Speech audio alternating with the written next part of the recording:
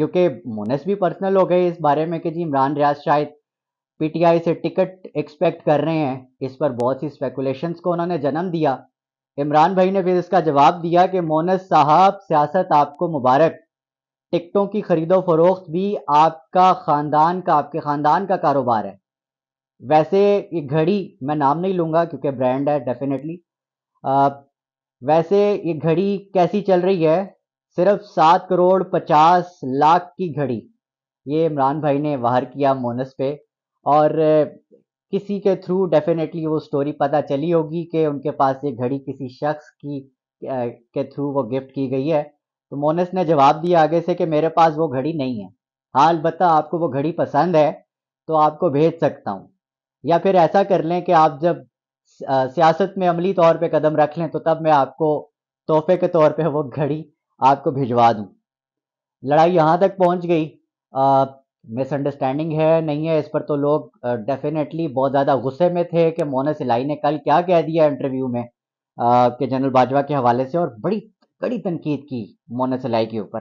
لیکن پھر معاملہ پھر ہمیں چونکہ کچھ چیزیں سمجھ آنی شروع ہوئیں. رات کے وقت میں نے پی ٹی آئی کے ایک عہدیدار کو میسج کیا. میں نے کہا کہ مونس کا یہ بلنڈر ہے یا پھر ٹیکٹک ہے؟ ان کا جواب آیا بلنڈر ہے. پھر میں نے پاکستان تحریک انصاف میں عمران خان کے پولیٹیکل سیکرٹری ہیں ان کو کال کی، ان سے فوکل پرسن ہے ان کو کال کی، ان سے پوچھا کہ آپ کا اس پہ کیا ری ایکشن ہے. تو انہوں نے کہا جی یہ غیر ضروری ہے. تو مجھے سمجھ آ گئی کہ ہو سکتا ہے یہ کسی انڈرسٹینڈنگ کے تحت ہوا ہو اور اس میں دونوں پارٹیز کو کوئی مسئلہ نہ ہو. مجھے لگتا ہے کہ یہ ایک انڈرسٹینڈنگ کے تحت ہو جس میں پاکستان تحریک انصاف کو کوئی ایشو نہیں ہے، جس کا ثبوت آپ کے سامنے ہے. فواد چودھری صاحب یہ ٹویٹ کرتے ہیں ساری لڑائی کے بعد کہ مونس الہی اور پرویز الہی سیسا پلائی دوار کی طرح عمران خان کے ساتھ کھڑے ہیں. کسی بھی بیان کو سیاق و سباق کے بغیر پیش کیا جائے تو صحیح معنی کنوے نہیں ہوتے. کاف لیگ پی ٹی آئی کی مضبوط اتحادی ہے اور رہے گی. اچھا اس بیان کے بعد عمران خان صاحب کی وہ ویڈیو بھی سامنے آ جاتی ہے جو کہ وہ اپنے جو پنجاب اسمبلی کے اراکین اسمبلی ہیں، ایم پی ایز ہیں، ان کے ساتھ جب وہ کر رہے تھے ایک میٹنگ سے بات کر رہے تھے ویڈیو کال پر، تو وہ بیان بھی سامنے آ جاتا ہے جس کو مونس الہی ٹویٹ کر کے عمران خان صاحب کا تھینک یو کرتے ہیں اعتماد کرنے کا. اور ساتھ میں وہ ایک چھوٹی سی شرارت مزید کرتے ہیں، عمران ریاض صاحب کو ٹیگ اسی ٹویٹ کے اندر کر کے ان کو بولتے ہیں ہیلو.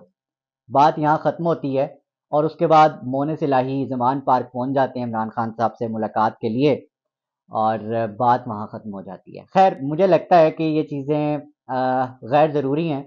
جب کسی پارٹی کو ہی مسئلہ نہیں ہے جس سے متعلق اس نے انٹرویو دیا ہے تو ہمیں اس چیز کو اینالائز کرنا چاہیے، آبزرو کرنا چاہیے اور پھر لک فارورڈ کرنا چاہیے کہ چیزیں کس طرف جا رہی ہیں. اور مجبوری کا نام شکریہ، تو ایک کمپرومائز تو ہے ہی ہے. ہم لوگ وٹنس کر رہے ہیں، چیزیں آگے چل کر دیکھتے ہیں کیسی ہوتی ہیں. خیر اس پر مزید اگلی ویڈیوز میں بھی بات کریں گے. اعظم سواتی والے معاملے پر آتے ہیں کیونکہ وہ بہت سیریس مسئلہ ہے.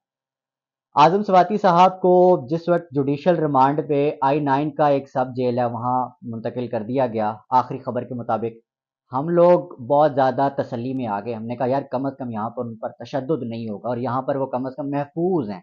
جوڈیشل ریمانڈ کا یہی مطلب ہوتا ہے.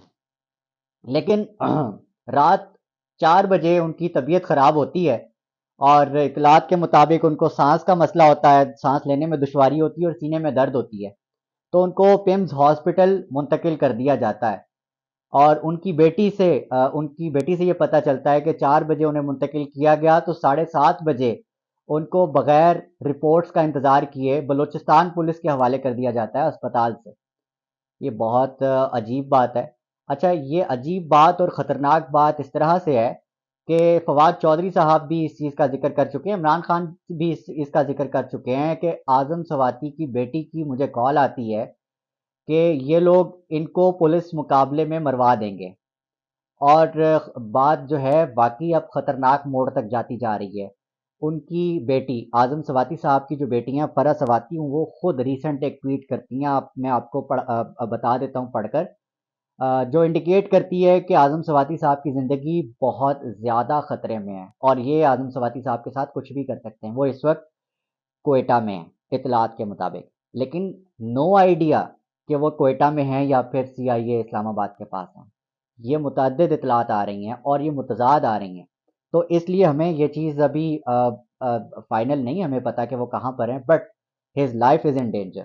فرح کہہ رہی ہیں کہ my father was taken to plane to Quetta from Noor Khan Air Base, یہ ان کی اطلاع کے مطابق، and is now in Quetta. Farah کہہ رہی ہیں کہ میرے والد صاحب کوئٹہ میں ہیں. قاسم سوری صاحب سے وہ کہہ رہی ہیں please get citizens to step out in Quetta and demonstrate my father life is in danger. اس سے پہلے ایک ٹویٹ میں فرح نے یہ بھی کہا کہ جو کچھ ارشد شریف کے ساتھ ہوا میرے والد صاحب کے ساتھ ویسا نہ ہونے دیجیے گا.